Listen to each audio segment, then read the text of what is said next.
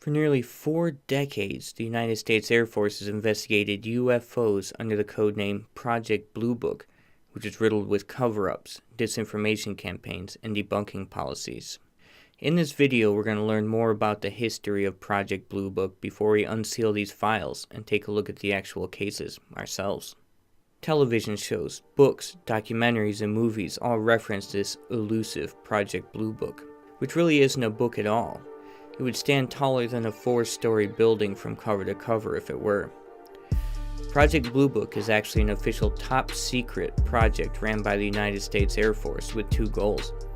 Firstly, to determine if UFOs were a threat to national security, and secondly, to scientifically analyze UFO-related data. Project Blue Book is actually the 3rd investigation of this kind, although, when Project Blue Book is referenced, they are almost certainly talking about the first 2 projects in the discussion as well. The first of the 3 investigations was Project Sign, initiated in 1947 by Air Force General Nathan Twining out of Wright-Patterson Air Force Base, the home to all subsequent UFO investigations. In late 1948, Air Force Captain Edward J. Ruppel submitted an intelligence report to the Pentagon entitled The Estimate of the Situation. Now here's where it gets interesting. This intelligence report sent to the Pentagon concluded that these were real aircraft that did not belong to the United States or Russia and were most likely extraterrestrial in origin. Of course, this monumental document was short-lived. General Hoyt Vandenberg, Air Force Chief of Staff, saw the report, said there was not enough evidence included in the report, and had the document destroyed. General Vandenberg then immediately dismantled Project Sign and launched what is known as the Dark Ages of UFO research, Project Grudge. After Project Sign was dismantled, Project Grudge took over and had one purpose: to debunk any and all reports of UFOs. It concluded that all UFOs were natural phenomenon, even though nearly 25% of them couldn't be explained. After 3 years, many Air Force generals were very upset with how the project was being handled, and in 1951, dismantled Project Grudge. One of the people responsible for dismantling Project Grudge was General Charles P. Cabell, who shortly after assembled a team which included General Williams Garland. General Garland took UFO research very seriously and gave it the name Project Blue Book, after the blue booklets used by universities for testing purposes. According to General Garland, he wanted the research to be taken as seriously as a college final exam. Blue Book was headed by Captain Ruppel.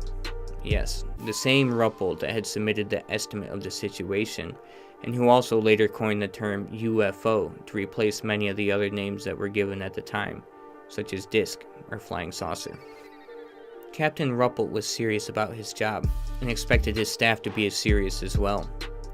If a staff member was too biased towards or against UFOs, he was quick to remove them from the project.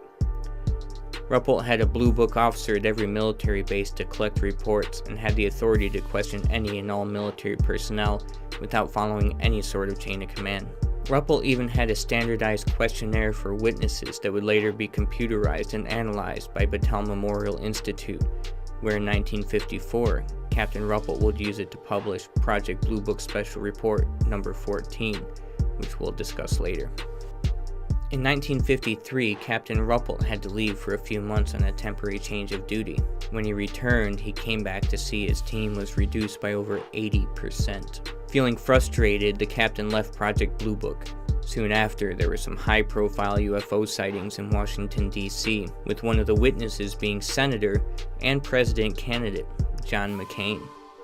This attention prompted the CIA to develop their own panel of experts headed by Dr. H.P. Robertson. Ruppel and a panel member, astronomer Hynek, submitted some quality evidence including video footage from Project Blue Book, but to no avail. The Robertson panel concluded that it was a natural phenomenon. They also believed the unexplained cases could be explained as natural with enough research. They also decided that huge amounts of low-quality reports were flooding the information channels. This is when they began the debunking policy, and UFO research would never be the same again. The CIA used the media, television, and even Walt Disney Productions to discredit those who have witnessed UFOs. They would then secretly funnel high-interest cases to the 4602nd Air Intelligence Command, while funneling smaller, less important cases over to Project Blue Book. Officers were silenced and only allowed to discuss UFOs if the cases had been solved and debunked, while the unsolved cases became classified as top secret. If that wasn't enough, Project Blue Book was ordered to keep the number of unidentified objects to a minimum. Over the following years, Project Blue Book slowly turned into a machine designed to keep UFO reports to a minimum and explain away anything unidentified with little to no scientific research. In one example, witnesses saw objects in various colors flying up and down and at rapid speeds. Project Blue Book claimed they saw Jupiter.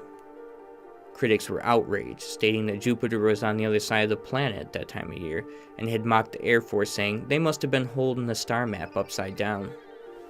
After cases like these and so much controversy and people citing cover-ups, Congress responded by creating the Condon Committee to evaluate the claims once again in an unbiased scientific manner, headed by Edward U. Condon. Shortly after its inception, the committee was under fire again for its lack of real research and biased results. Inevitably, the Condon Committee declared once again it was a natural phenomenon, even with many unexplained cases. After the Condon Committee, the Air Force declared it was ending Project Blue Book. In December of 1969, Project Blue Book was finally closed, stating those who are seeing UFOs are a part of mass hysteria, hoaxers, psychopaths, or simply just people misidentifying natural phenomenon. The Air Force's current stance is that it officially no longer researches UFOs and recommends contacting law enforcement regarding sightings. I believe it's time we go through these files and see these documents for ourselves. It's time we form our own conclusions on the matter instead of relying on vague references and statistics based on inherently biased investigations. Who knows, maybe we can uncover some truly fantastic sightings that have been buried for the last 60 years. It's going to be very exciting to go through these cases with you guys one by one, so if you're interested, hit that like button and show some support by hitting that subscribe button if you haven't done so already. Up next, we'll unseal Project Blue Book and start with where it all began, with the first reports in Project Sign. We'll see you there.